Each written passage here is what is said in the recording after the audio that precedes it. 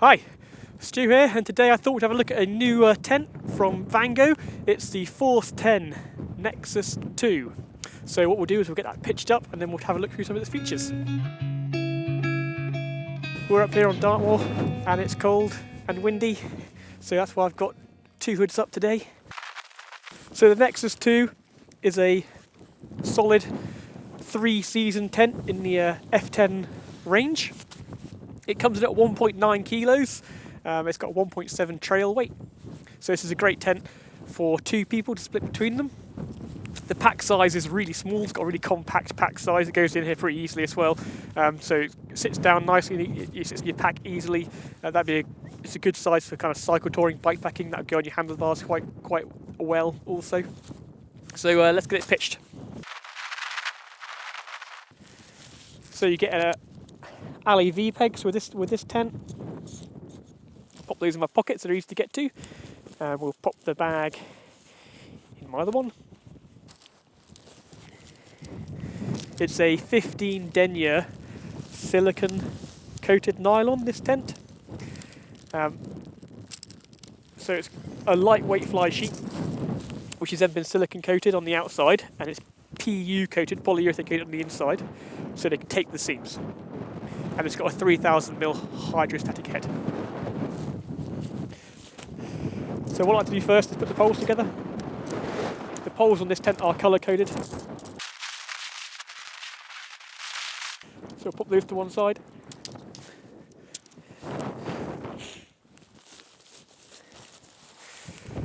And then we'll get the tent out. Now we're going to pitch it back end, or one of the ends, into the wind.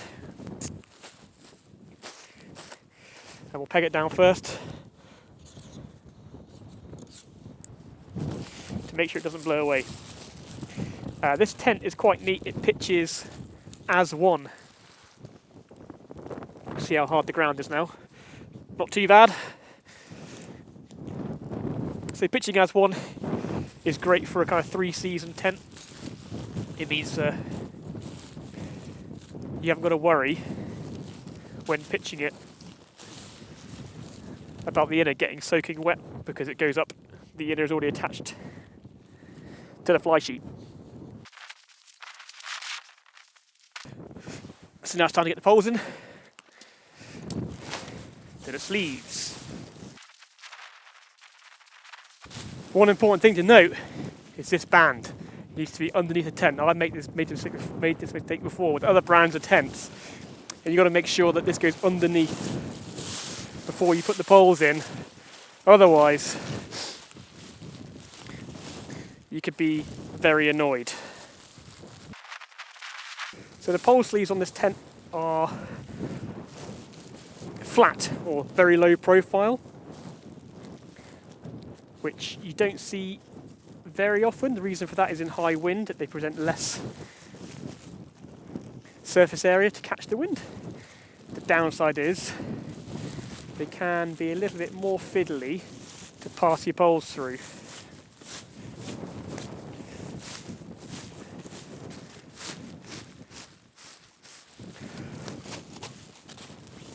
Also, where the poles cross, one of them, the grey pole in this case, you have to re-thread it back through. So you can't just blindly poke the pole through. You have to kind of pay a bit of attention with the grey one. Get these into the eyelets. Right, so now with the main body of the tent, we can start pegging the rest of it out. So I've pegged the 4 corners of the inners out first.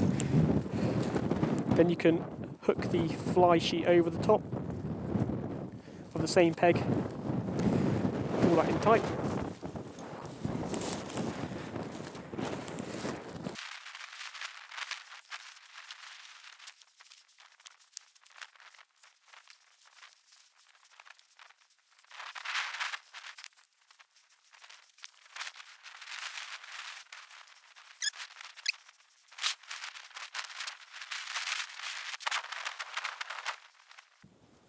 When you're putting guy lines out, try and make sure you have the guys at a fairly long extension.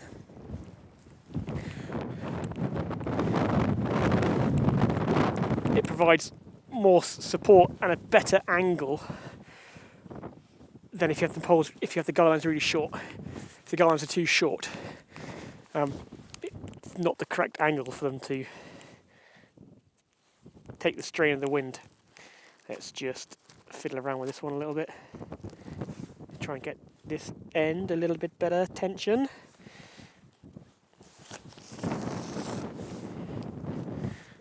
Okay. So there it is pitched, the Nexus 2 from Vango F10 series tents. It's pretty windy up today, and this tent is pretty solid, considering it's only got the 2 poles. The pole design creates these kind of these triangle shapes, panels, which help to reduce the impact of the wind as it's blowing across the tent. It's a great tent, good value for money for something that is pretty lightweight and able to stand up to some pretty harsh conditions, being made out of quality fabrics. It's got 2 porches. We'll have a closer look in a minute. It's got a porch on either side to get in, for you and your partner to get in and out of. One side you can store your gear in. At 1.9 kilos, you could almost use this as a one-person bad weather tent if you don't mind carrying a bit of extra weight. It has got some cool little features. It's got their kind of evolution of tension band system, which we'll show you on the inside. Makes the tent even more stable in windy conditions. And you get high level vents on both sides, so the venting here, and there's one on the other side as well to help to reduce condensation. Also, the fly sheet comes down pretty low to the ground all the way around, which says to me this is a kind of 3+ season tent. It's not right to the ground like a 4 season tent would be. You still get some wind blowing through, but a lot of the kind of lighter weight 2 season tents, the fly sheet would only come down to about here, causing more airflow, which is going to help to reduce condensation. But in cold conditions like we've got today, you want something which comes down to the closer to the ground to stop that wind whipping through and taking all that warm air out of your tent. So, a few things I've got to talk about now. We're close to the tent, we've got it nicely pitched in the wind. One of the good reasons to have it pitched this end into the wind is it's going to blow up into these vents. The wind blows these vents and helps to ventilate the tent and blows back down across the inside and back out at the bottom here. I thought we'd have a little talk about the doors as well. So there are 2-way zipper on these doors, covered by a storm flap. Again, with the tent in this orientation, the wind's going to blow this way with the storm flap, keeping it closed. If we had it pitched opposite way around, the wind's going to blow under that storm flap, could blow rain into the zipper. This way around is going to be much more effective at keeping the rain out. So you get a 2-way zip. So you can undo the top downwards for increased ventilation. And then you've got the standard zip for opening the door. And at the bottom, because this design is under an amount of tension, it comes with a lock. So you can close that across, and if it's really windy, it's not going to cause that zip to undo itself. It keeps it locked up. Another thing to talk about is the fabric. It's like I said, it's a 15 denier siliconized nylon. What does that mean? Well, the silicon coating on the outside is going to increase the tear strength and increase its durability and longevity, especially against UV damage. Silicon's much more resistant to UV damage than other coatings. And then on the inside, if we can have a look at the inside of this door, let's just pop this open.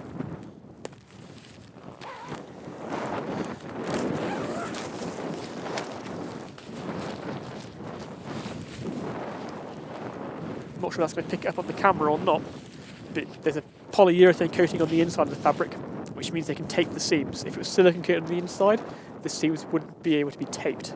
So this is a kind of a good way of making a tent extra waterproof, is taping the seams, and that relies on a polyurethane coating. Also, if they silicone coated both sides of this fabric, the price would go up significantly. So you get silicone on the outside for UV resistance and tear strength, PU on the inside to be able to take the seams and keep the costs down.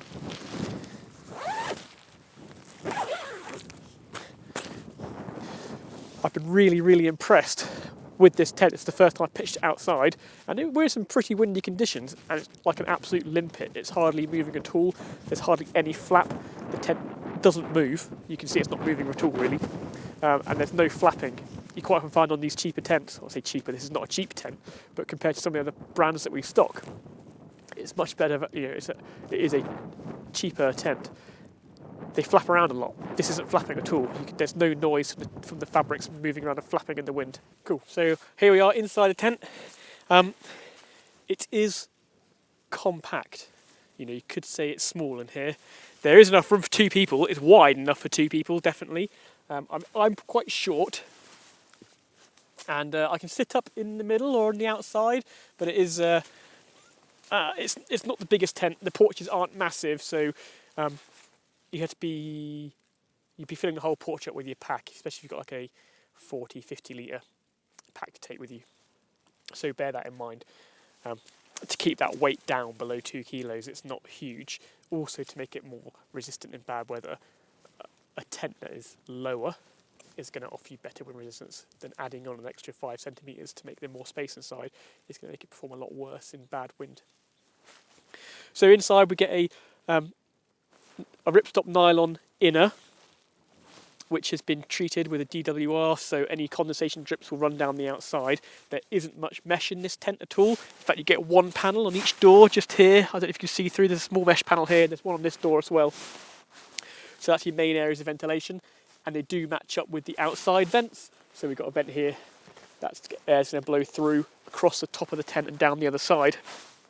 And that matches up with where the kind of mesh panel is. Now, when you're lying down in your sleeping bag, that wind is not going to take out too much heat or make you feel cold.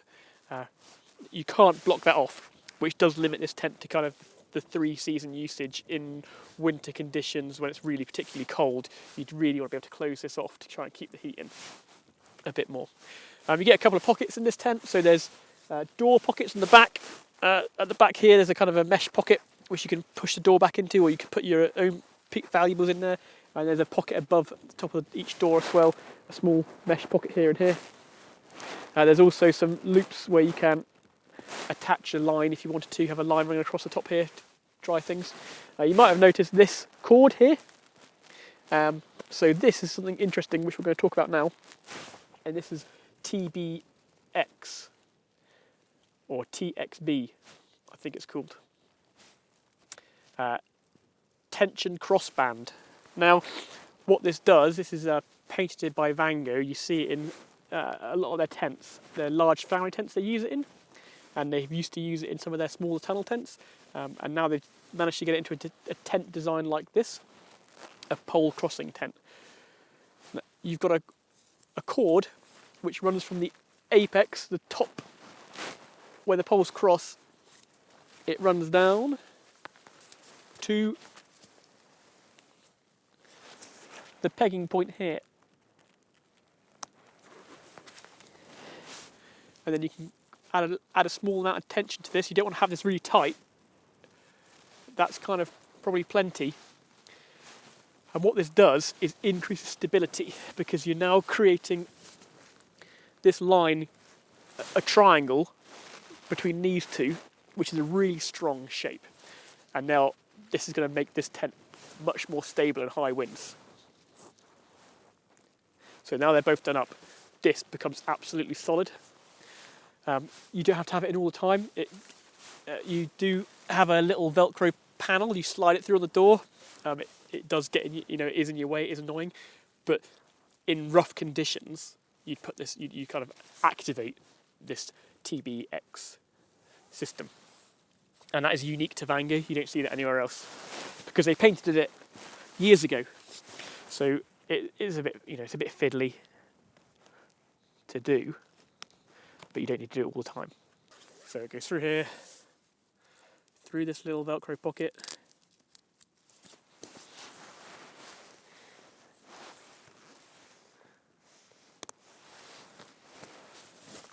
But now the door just goes back to here, can't roll that back any further. Comfortably spaced in here for two mats side by side. It is very wide, it's just not got a huge amount of head height. Again, at the foot end, if I'm lying down, my feet are just about touching the inner pair of walking boots on the floor. So if I was in a sleeping bag on a thickish mat, you're probably going to be touching the inner tent. There's a lot of gap though between the fly sheet. Can you see me? There's a lot of gap between the fly sheet and the inner, so there's plenty of space there. It's going to take a lot for me to touch the actual fly sheet to cause those condensation drips to come through to the inner tent. So the floor is a tape polyester, and it's got a 6,000 ml hydrostatic head on the floor, so really waterproof, more than adequate for most UK uses. Be perfect for, we're up on Dartmoor today where it's pretty wet all the time. It's a good high hydrostatic head for a floor in a tent this lightweight. Quite often you see them down around the 2,000 to 3,000 mark on floors. So being a British brand, Vango, they make their tents for British conditions and not for American or North American conditions like you see from a lot of competitors. And that's kind of shown through in this tent by the fact that it's pitched as one. So in wet conditions you can pitch it and the inner stays relatively dry. And then the floor being a fairly hard wearing floor, which is a downside to the overall weight of the tent, but a positive when you're actually out there using it. So that is the Vango Nexus 2 tent. If you've got any questions for us at all, mark them down in the comments below. Thanks for watching.